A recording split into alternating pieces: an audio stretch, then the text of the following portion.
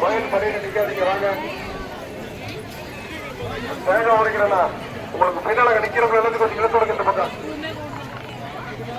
படிக்கட்டு நின்றுட்டு இருக்கிறாங்க எல்லாரும். சாமி கும்பிட்டு வெளியே வர்றவங்க அப்படியே படிக்கட்டு நின்றுட்டு இருக்கிறீங்க. வாங்க இந்த பக்கம்.